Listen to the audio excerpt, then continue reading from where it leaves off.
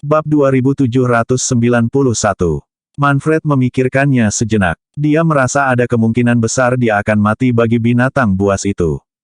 Pada saat itu, suara dingin bergema lagi. Ada dua pertempuran di Aula Jiwa Ungu. Setiap pertempuran membutuhkan dua peserta. Setelah pemenang ditentukan dalam pertempuran pertama, Anda akan mendapatkan waktu untuk istirahat. Setelah waktu habis, tahap kedua dimulai. Sudah waktunya untuk tahap kedua. Untuk babak ini, Anda hanya perlu menyentuh buah jiwa ungu untuk menang. Setelah suara itu berbicara, cahaya keunguan emas bisa dilihat di belakang dua binatang jiwa ungu. Setelah cahaya itu menyebar, sebuah pohon seukuran setengah manusia muncul di depan mereka berdua. Ada buah jiwa ungu yang seukuran kepalan tangan. Meskipun mereka berdua belum dekat dengan buahnya, mereka masih bisa merasakan energi yang mengalir dalam buah bahkan dari kejauhan. Buah besar akan dapat menarik perhatian di mana itu, mengingat sejumlah besar energi yang ada di dalamnya. Bahkan klan terkuat pun akan memperebutkannya. Ketika Manfred melihat buah itu, bahkan napasnya menjadi lebih cepat. Dia mengepalkan tinjunya saat dia memutuskan untuk mengambil buah itu. Jika dia memakan buahnya, dia pasti akan bisa memperbaiki dirinya sendiri dan meningkat. Setelah keluar dari dunia berputar dalam 2 tahun, dia bahkan mungkin bisa menjadi murid terpilih. Hanya seorang murid terpilih yang benar-benar dapat dianggap sebagai seseorang yang berada di inti dari paviliun pembuka. Paling buruk, mereka akan menjadi penatua di masa depan. Memikirkan masa depannya yang cerah, Manfred bahkan tidak bisa menahan senyum di wajahnya. Dia bahkan lupa betapa sulitnya mendapatkan peruit jiwa ungu. Suara dingin itu terus berbicara setelah mereka berdua menunjukkan minat mereka. Pertandingan kedua akan menjadi pertandingan terakhir yang akan kamu lalui di Black Sun City. Siapapun yang menyentuh buah jiwa ungu akan menjadi pemenangnya. Pemenangnya akan segera dikeluarkan dari Aula Jiwa Ungu. Kamu akan dikirim ke alun-alun saat kamu tiba, dan buah jiwa ungu akan menjadi hadiahmu. Manfred menjadi lebih bersemangat setelah mendengar itu. Jack mengangkat alis, merasa ada sesuatu yang tersembunyi di balik itu. Dia menghela nafas sebelum dia bertanya dengan keras, apa yang akan terjadi pada orang yang tersisa? Sebenarnya, Jack hanya bertanya dengan santai. Dia tidak mengharapkan suara dingin untuk menanggapinya. Bagaimanapun, Black Sun City adalah kota yang tertinggal dari zaman kuno. Semua mekanisme di sini telah melewati puluhan ribu tahun. Tidak mungkin ada sesuatu yang hidup. Namun, dia tidak percaya bahwa dia mendapat jawaban. Suara dingin itu dengan tenang berkata, orang yang tersisa akan tinggal di sini selamanya. Jika kalian berdua menyentuh buah pada saat yang sama, kalian berdua akan bertekad untuk menang bersama. Kalian berdua akan dikirim ke alun-alun, dan buah jiwa ungu akan terbelah dua. Bagian sebelumnya persis seperti yang telah ditebak Jack, tetapi bagian terakhir memiliki lebih banyak. Meskipun kedengarannya tidak banyak, Black Sun City jelas bukan surga. Orang yang kalah dalam pertandingan pertama akan segera diambil nyawanya. Aturannya begitu kejam, jadi bagaimana tahap kedua bisa berbelas kasih? Jika mereka berdua menyentuh buah pada saat yang sama, mereka akan bertekad untuk menang bersama dan dikirim pada saat yang sama. Itu jelas bukan sesuatu yang terdengar seperti yang dilakukan oleh Aula Jiwa Ungu. Jack merasa bahwa segala sesuatunya semakin aneh ketika dia memikirkannya. Setelah suara itu selesai mengatakan semua itu benar-benar menghilang. Suara itu tidak mengatakan apa yang akan terjadi pada dua binatang jiwa ungu, tetapi siapapun dengan setengah otak tahu bahwa binatang itu akan segera menyerang saat mereka mendekati buah jiwa ungu. Bab 2792. Saat Jack sedang mempertimbangkan masalahnya, suara Manfred tiba-tiba terdengar. Bajingan, meskipun kita memiliki dendam yang dalam, untuk sementara aku bisa memaafkanmu demi hidup kita. Kita berdua harus bekerja sama untuk menyelesaikan masalah ini. Kita hanya akan bisa meninggalkan tempat ini jika kita bekerja sama. Bukankah suara itu mengatakan sebelumnya bahwa kita berdua akan dikirim bersama-sama jika kita menyentuh buah jiwa ungu pada saat yang sama? Buahnya juga akan terbelah menjadi dua. Itu akan adil untuk kita berdua. Mendengar itu, Jack melirik Manfred. Dia melihat bahwa Manfred menatapnya dengan tulus, seolah-olah dia benar-benar bersungguh-sungguh. Jack hanya bisa mendengus, tidak langsung menjawab Manfred. Manfred sangat marah ketika dia melihat Jack bertingkah bahkan hanya memberikan tanggapan. Jack sangat tidak sopan. Meskipun dia terdengar baik, dia punya rencana lain dalam pikirannya. Selama Jack setuju untuk berurusan dengan binatang jiwa ungu bersama-sama, dia pasti akan melakukan sesuatu pada Jack setelah mereka berhasil melukai binatang jiwa ungu dan semakin dekat dengan buah jiwa ungu. Dia harus menjadi orang pertama yang menyentuh buah itu. Dia akan menjadi satu-satunya yang melarikan diri dan mengambil buah itu untuk dirinya sendiri. Meskipun aturannya sudah jelas dan terdengar adil, dia tidak ingin Jack mendapatkan apapun darinya. Buah jiwa ungu hanya bisa menjadi miliknya. Dia juga akan menjadi satu-satunya orang yang melarikan diri dari tempat ini. Setelah membuat keputusan, dia berkata lagi, tidak ada jalan lain selain itu. Anda hanya akan dapat meninggalkan tempat ini jika Anda bekerja dengan saya. Anda tidak dapat berurusan dengan dua binatang jiwa ungu sendirian. Jack mengangkat alis saat dia berbalik untuk melihat Manfred. Dia tiba-tiba tertawa ringan ketika dia berkata dengan nada dingin, aku tidak percaya padamu. Siapa yang tahu jika kamu akan melakukan sesuatu padaku setelah kita bekerja bersama? Manfred membeku mendengar kata-kata itu. Dia tidak percaya bahwa Jack benar-benar melihat rencananya. Namun, Manfred tidak akan mengakuinya bahkan jika Jack benar. Dia menepuk dadanya sebagai jaminan, jangan khawatir. Aku tidak akan pernah menarik kata-kataku. Jaminan itu tidak berharga bagi Jack. Jack menghela nafas saat dia melihat dua binatang jiwa ungu. Setelah memikirkannya sejenak, dia berbalik untuk melihat Manfred. Kita bisa menyerang bersama. Itu tergantung pada keahlianmu sendiri untuk mendapatkan buah jiwa ungu. Manfred tidak senang mendengarnya. Meskipun dia belum pernah melihat keterampilan Jack yang sebenarnya sebelumnya, mudah untuk mengatakan bahwa Jack lebih kuat darinya dari hasil ronde pertama. Dia sama sekali bukan tandingan Jack. Jika mereka berdua menyerang bersama dan mengabaikan satu sama lain setelah itu, dia bukan tandingan Jack. Manfred langsung menolaknya, tidak mungkin. Kamu lebih kuat dariku. Jika kita berdua menyerang, tapi kamu mengabaikanku, orang yang kalah adalah aku. Jack mengangkat alis sambil menyeringai dingin. Saat Manfred hendak mencoba meyakinkannya, dia tiba-tiba menembak ke depan ke arah Manfred. Bab 2793. Hukum ruang diaktifkan. Dia sudah cukup dekat dengan Manfred sejak awal. Dengan tindakan tiba-tiba Jack, dia berada di depan Manfred dalam sedetik. Manfred tidak pernah menyangka Jack akan tiba-tiba menyerangnya. Sebelum dia bisa melakukan apapun, dia merasakan sakit yang tajam di punggungnya. Sebuah kekuatan besar terasa di belakangnya, dan dia menembak ke depan tepat di dua binatang jiwa ungu seperti karung yang sedang dilemparkan. Manfred segera mengerti apa yang dilakukan Jack. Dia tidak bisa menahan diri untuk tidak mengutuk dengan keras, kamu orang yang hina dan tidak tahu malu. Aku tidak akan melepaskanmu dengan mudah. Aku akan mencabik-cabikmu. Jack sudah sering mendengar kata-kata seperti itu. Dia hanya membiarkan kata-kata itu melewatinya, tidak peduli sama sekali. Manfred masih merupakan murid dalam dari Umbrea King Pavilion. Meskipun dia tidak bisa bereaksi terhadap serangan awal Jack, dia masih bisa dengan cepat menyesuaikan diri dan menghentikan momentum terbang ke depan. Namun, semuanya sudah terlambat. Saat Manfred menembak ke arah dua binatang jiwa ungu, sudah menilai bahwa Manfred berencana untuk mencuri buah jiwa ungu, dan segera menyerang.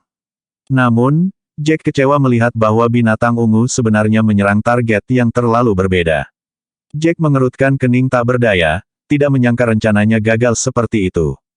Dia mengira dia akan bisa mendapatkan buah jiwa ungu dengan mudah dengan Manfred sebagai tameng. Binatang di sebelah kiri menyerbu tepat ke arah Manfred, sementara yang di sebelah kanan menyerang Jack dengan sangat cepat. Ini adalah pertama kalinya Jack menghadapi binatang buas yang berada di tahap tengah alam pemadatan musim semi. Kekuatannya bahkan dibatasi. Dia tidak berani menahan sama sekali. 75 pedang jiwa terkondensasi menjadi satu di udara. Dengan lambaian tangan kanan Jack, pedang jiwa raksasa itu benar-benar menyatu dengan pedang abu-abunya. Menghancurkan Void adalah kartu truf terbesar Jack. Binatang itu membuka mulutnya saat meraung marah pada Jack. Itu memamerkan cakarnya pada Jack, menyebabkan alisnya berkerut. Jack mencengkeram pedang abu-abunya erat-erat, menebas tepat di cakar binatang itu. Menghancurkan Void berubah menjadi tebasan, berbenturan dengan cakar binatang itu di udara. Dengan bentrokan besar, binatang itu mundur beberapa langkah ke belakang. Gelombang kejut teknik menghantamnya, menyebabkan Jack mundur selangkah. Matanya tertuju pada cakar binatang itu sepanjang waktu. Dia ingin melihat apakah dia bisa melukai binatang itu dengan serangan kekuatan penuh.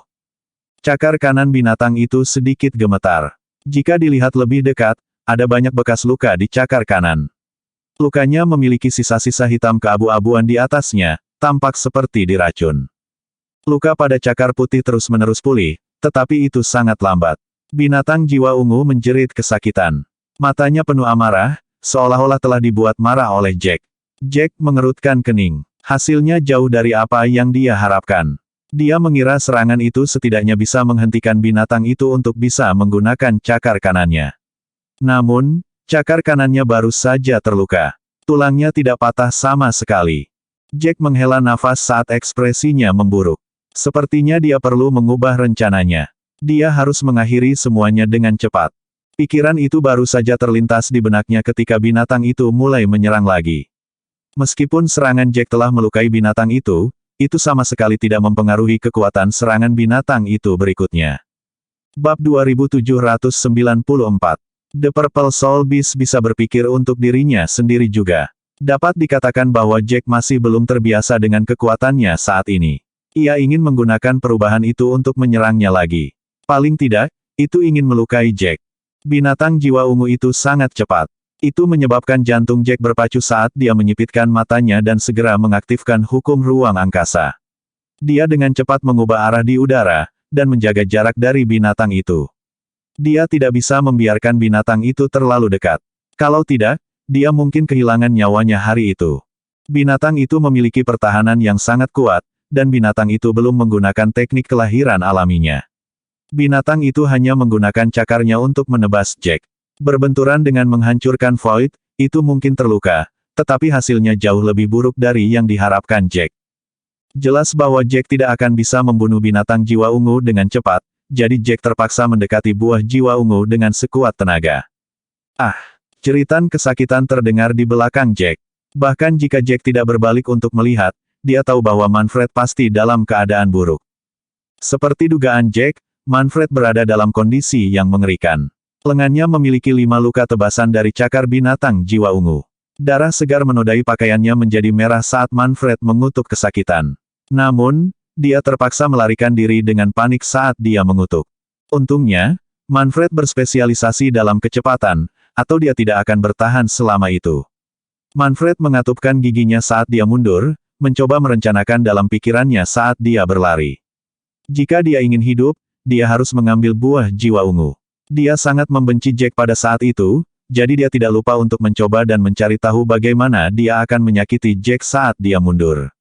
Dia ingin menjebak Jack di sini selamanya. Jika Jack tidak tiba-tiba menyerangnya lebih awal, dia tidak akan menghadapi serangan binatang jiwa ungu tanpa persiapan apapun, menyebabkan lengannya terluka. Dia meraung marah, "Tunggu saja, Jack. Aku tidak akan melepaskanmu dengan mudah." Dia sangat cepat, tetapi binatang jiwa ungu juga tidak lambat. Mereka berdua berjarak sekitar 20 kaki.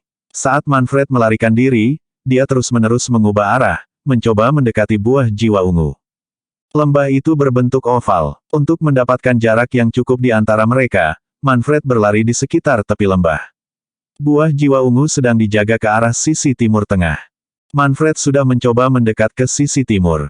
Selama dia bisa menjaga jarak aman dari binatang itu, dia akan berhasil mendapatkan buah jiwa ungu. Selama dia bisa mendapatkan buah jiwa ungu, tidak akan lama sampai dia berhasil keluar dari sana.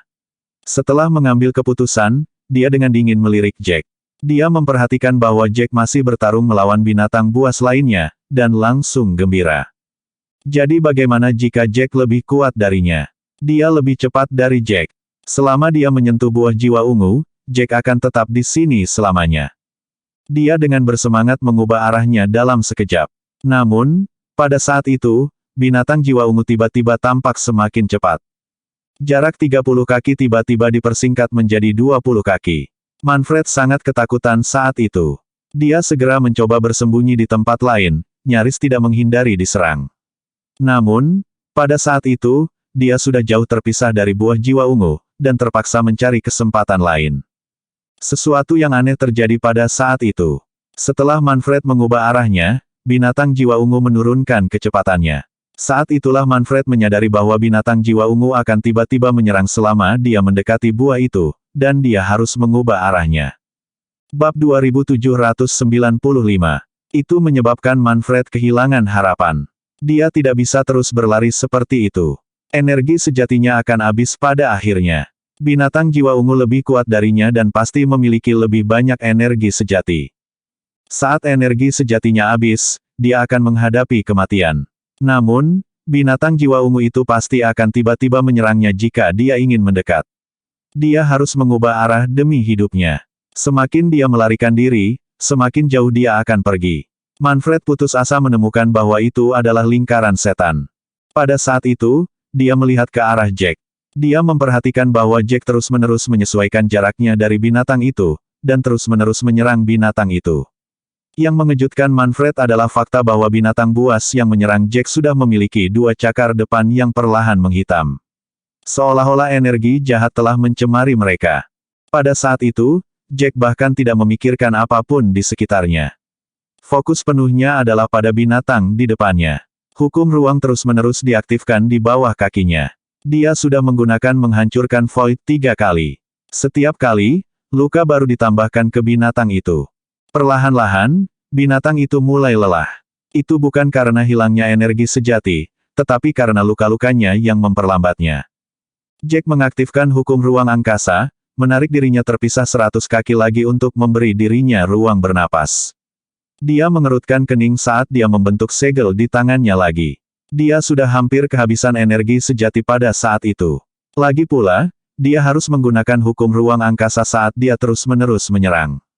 Itu menghabiskan terlalu banyak energi sejati. Namun, Jack tidak terlalu mempedulikannya pada saat itu. Dia bergeser ke tempat yang sangat bagus kali ini karena dia terus-menerus mendekati buah jiwa ungu. Ambil ini. Jack meraung saat dia mengirim tebasan lagi ke binatang jiwa ungu.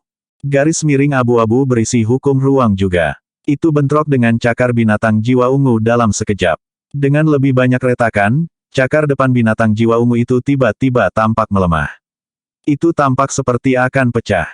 Bekas luka hitam mengotori dua cakar depannya. Binatang itu meraung kesakitan saat rasa sakit itu benar-benar membuatnya marah. Binatang itu bahkan mulai mengabaikan luka-lukanya saat ia dengan panik menyerbu Jack. Namun, cakarnya sudah terluka parah pada saat itu. Bahkan jika itu dengan panik menyerbu ke arahnya, itu masih jauh lebih lambat berkat luka-lukanya. Setelah menyadari bahwa binatang jiwa ungu mulai melambat, Jack tiba-tiba tersenyum penuh kemenangan. Dia telah bekerja begitu lama untuk saat yang tepat itu. Dengan gerutuan dingin, Jack berbalik dan menyerang tepat ke buah jiwa ungu. Tidak peduli seberapa keras raungan di belakangnya, Jack tidak terpengaruh sama sekali. Bagaimanapun, binatang jiwa ungu tidak bisa mengikuti Jack dengan kecepatannya saat ini. Setelah beberapa saat, Jack akhirnya berada di sebelah buah jiwa ungu. Semuanya telah dilihat oleh Manfred, menyebabkan Manfred menjadi gila.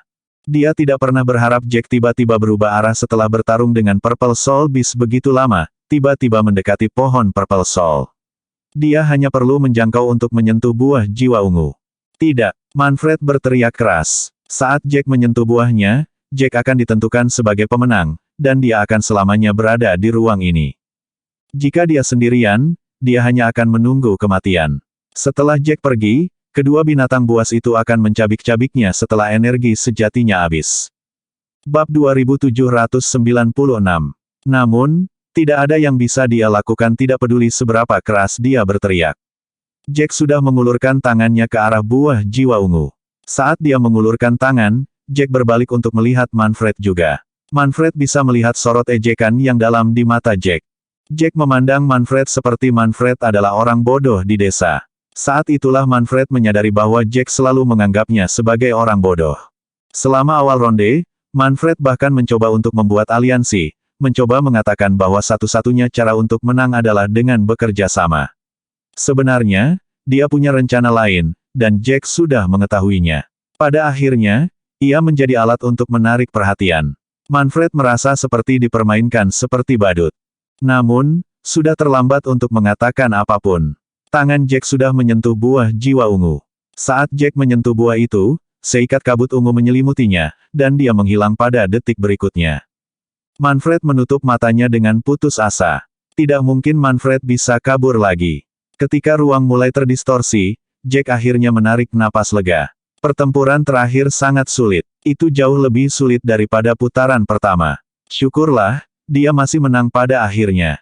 Sebenarnya, aturan pertandingan kedua sama-sama menguji karakter seseorang dan kemampuan seseorang. Meskipun ada aturan yang mengizinkan mereka untuk berbagi buah jiwa ungu, banyak yang akan memilih untuk mengambil sendiri buah jiwa ungu ketika dihadapkan dengan daya pikatnya. Jack tidak pernah berencana untuk bekerja dengan Manfred sejak awal. Manfred sudah sangat membenci Jack sehingga tidak mungkin dia bisa bekerja dengan Manfred. Pada saat genting, Manfred pasti akan melakukan sesuatu pada Jack. Itu adalah sesuatu yang bisa diketahui siapapun.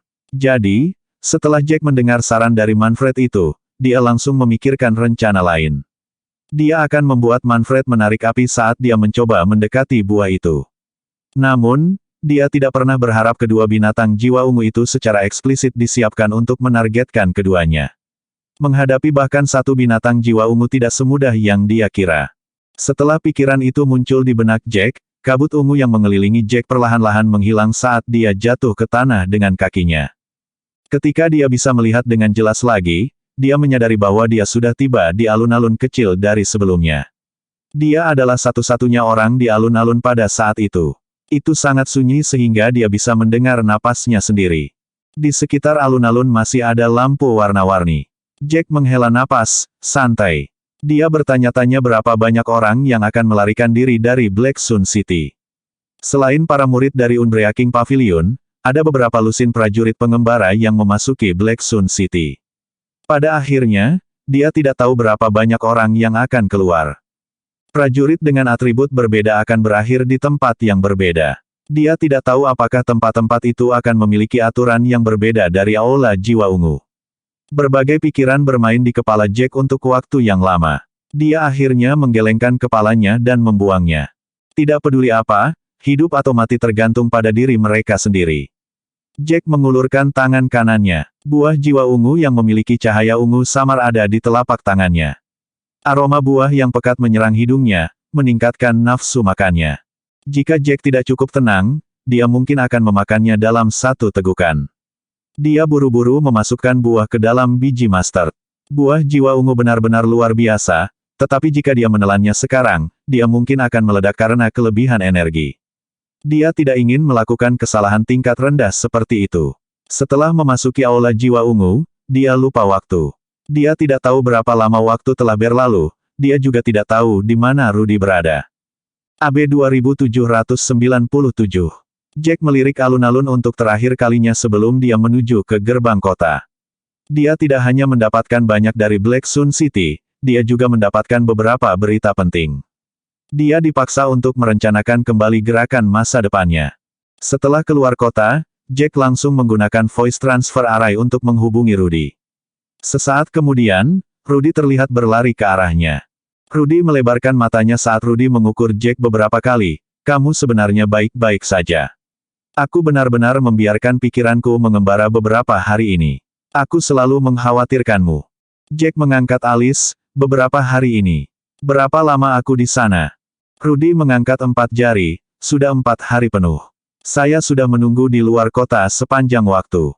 Saya khawatir seseorang akan memperhatikan saya. Saya bahkan membuat arai pengaburan sederhana. Saya sangat takut selama 4 hari terakhir. Saya perhatikan bahwa tidak ada yang keluar dari Black Sun City sama sekali dalam 4 hari itu. Hanya Anda yang keluar. Jack mengangkat alis saat pikirannya mengembara. Dia tidak menyangka 4 hari telah berlalu. Meskipun dia tidak benar-benar melacak waktu setelah memasuki aula jiwa ungu, dia pikir itu hanya akan menjadi 1 hari paling lama.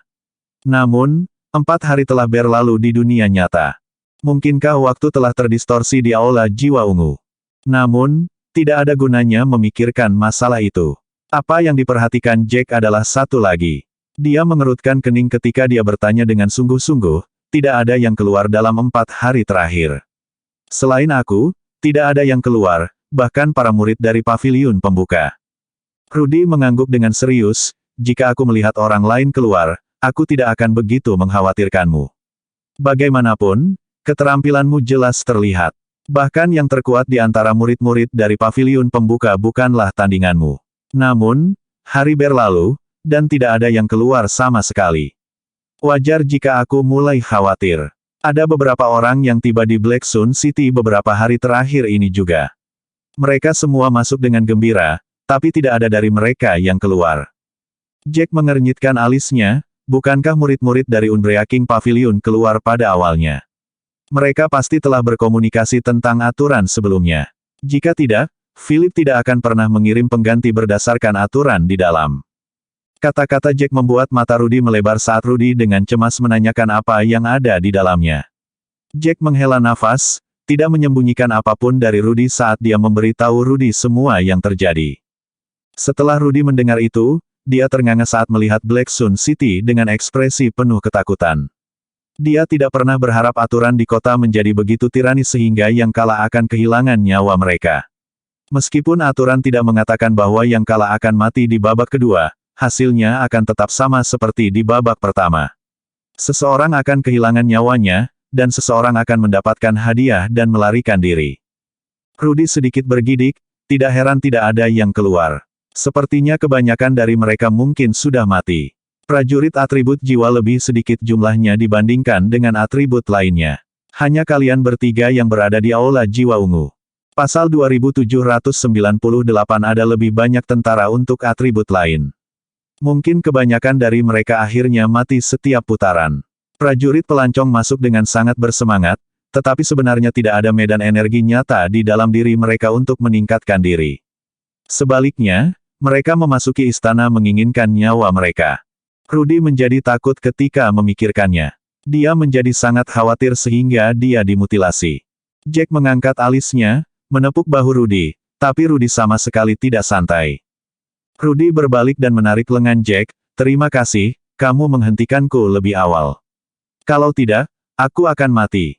Saat itu, pikiran Rudy melayang kemana-mana. Setelah mengatakan itu, dia mengubah topik pembicaraan, "Masih ada sesuatu yang saya tidak mengerti. Bukankah seseorang mengatakan bahwa ada medan energi nyata di dalam Black Sun City? Tidak ada yang mengatakan bahwa itu akan berbahaya. Berdasarkan apa yang dikatakan orang-orang itu. Sebelumnya, medan energi sejati tampak seperti surga untuk meningkatkan kekuatan seseorang. Namun, tidak ada medan energi sejati setelah Anda masuk, dan itu hanya cocok setelah pertandingan. Apakah orang-orang itu berbohong? Atau apakah Anda semua dikirim ke suatu tempat yang berbeda karena perbedaan Anda? Atribut. Jack menggelengkan kepalanya, menjawab dengan tulus, "Begitu saya masuk, saya belum pernah mendengar apapun tentang medan energi yang sebenarnya. Dari mana berita itu berasal? Mungkinkah medan energi sejati hanya menjadi istilah yang luas?" Rudy menggelengkan kepalanya, "Maksudmu medan energi sebenarnya adalah seluruh kota matahari hitam?" Jack mengangkat bibirnya tanpa daya, "Aku benar-benar tidak tahu.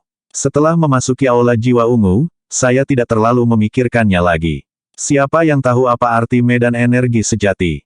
Siapa yang tahu dari mana rumor itu berasal?" Rudy mengerutkan kening, mereka tidak tahu apa medan energi sebenarnya pada akhirnya. Namun, mereka tidak terlalu tertarik untuk mencari tahu pada saat itu.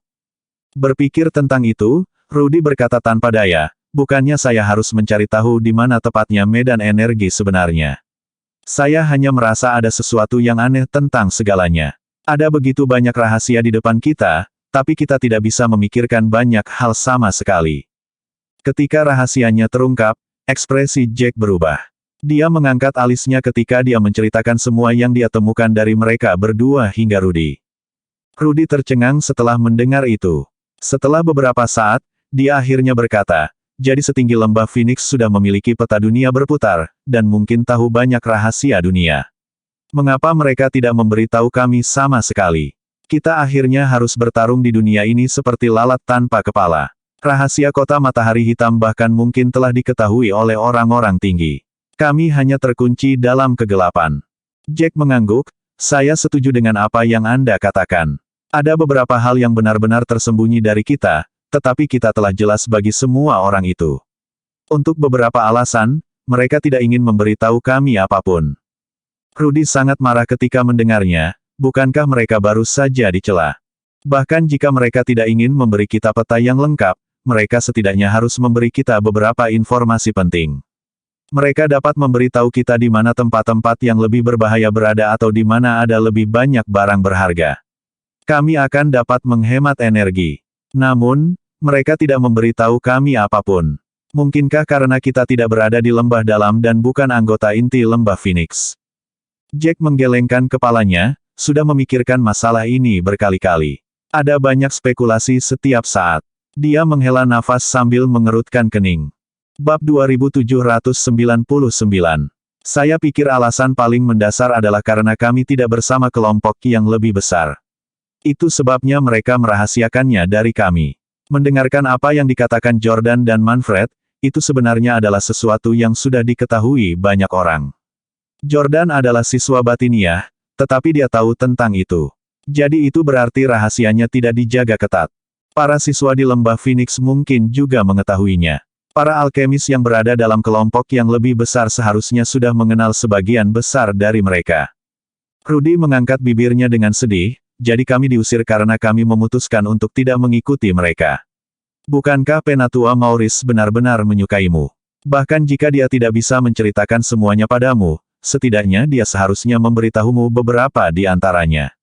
Namun, dia tidak menyebutkan apapun sejak awal. Seolah-olah dia sama sekali tidak tahu banyak tentang dunia berputar. Jack menggelengkan kepalanya, mengulurkan tangan untuk menepuk bahu Rudy. Jangan biarkan pikiranmu mengembara begitu banyak. Kami akan menemukan beberapa hal pada akhirnya. Sejujurnya, ikatan saya dengan lembah Phoenix sudah berakhir. Lembah Phoenix tidak benar-benar menyediakan sumber daya apapun, dan saya telah melunasi semua hutang yang dapat saya miliki. Karena mereka tidak benar-benar mempercayai saya tidak akan repot-repot dengan hal-hal tertentu. Jack tentu saja memiliki arti tertentu di balik kata-katanya, dan Rudy juga menyadarinya. Rudy berbalik untuk melihat Jack dan berbisik, apakah kamu akan meninggalkan lembah Phoenix setelah dunia berputar sepertiku? Jack mengangkat alisnya dan berkata, aku mungkin tidak akan kembali. Tetap saja, saya tidak berbicara tentang kembali ke lembah Phoenix atau tidak. Saya sedang berbicara tentang apa yang harus kita lakukan jika kita bertemu seseorang dari lembah Phoenix setelah ini.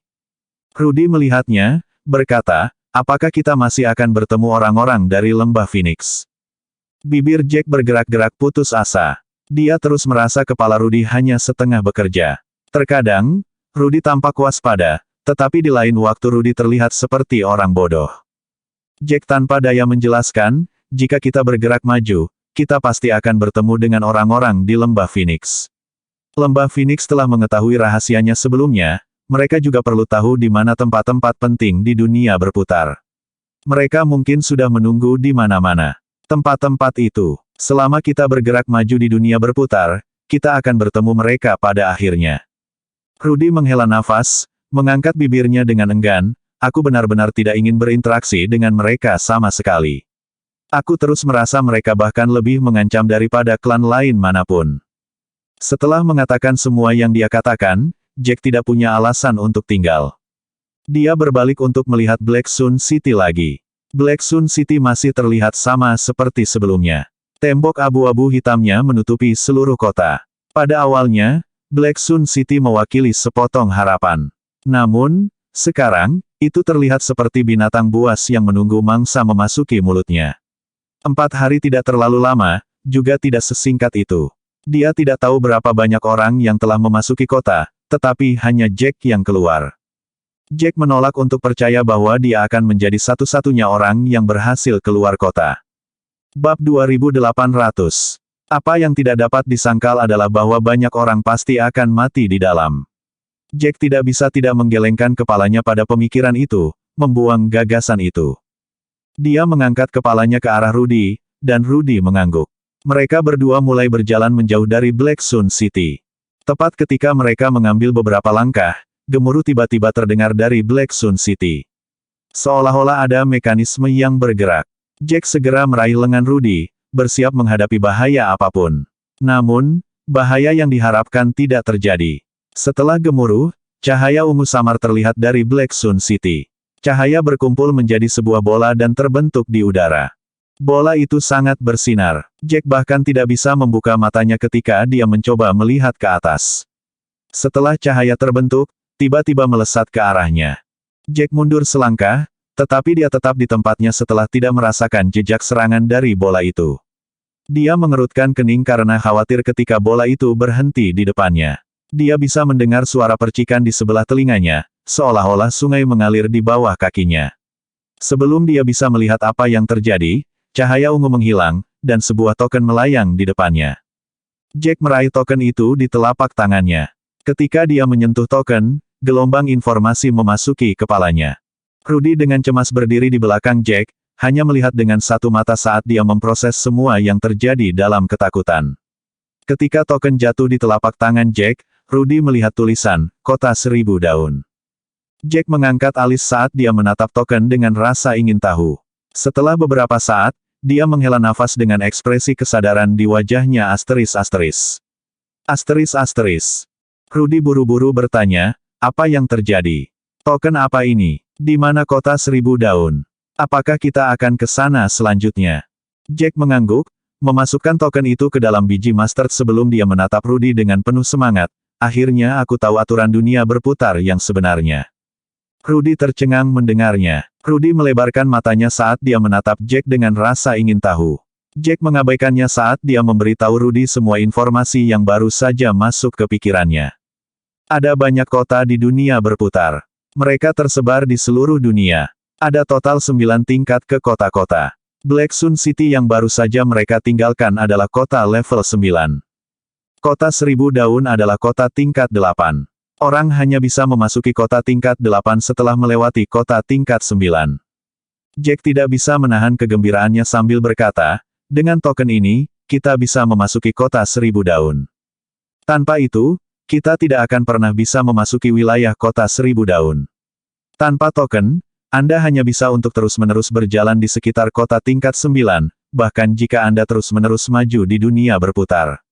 Tidak akan ada cara untuk mencapai kota tingkat 8. Itu juga berarti bahwa mereka yang tidak memiliki token untuk kota tingkat 7 tidak akan pernah menemukannya. Mendengar penjelasan itu, Rudy ternganga, merasa dunia berputar sangat misterius. Bersambung.